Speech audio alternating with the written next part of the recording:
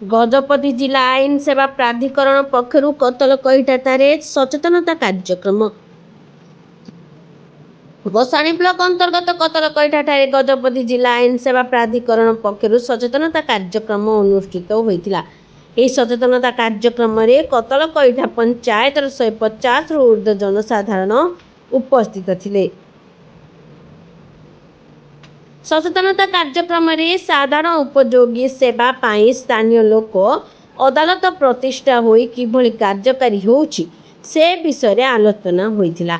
ଆଇନ ସେବା ପ୍ରାଧିକରଣର ଆଇନ ବିକଳ୍ପ ବିବାଦ ସମାଧାନ ପ୍ରଣାଳୀ अंतर्गत योजनार लाभ एवं पोक्सो आईन, पोस आईन, बाल्य विवाह इत्यादि विषय सचेतन करा जायतिला।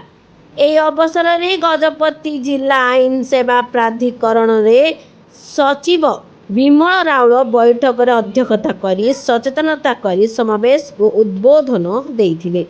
एही कार्यक्रम रे जिला परिषद सभ्य एस बालराजू, कतलकईठा sarpanch S Lingaraju, police SI जी प्रधान प्रमुख जोगदे विभिन्न सरकारी योजना विषय सचेतनता कराइथिले।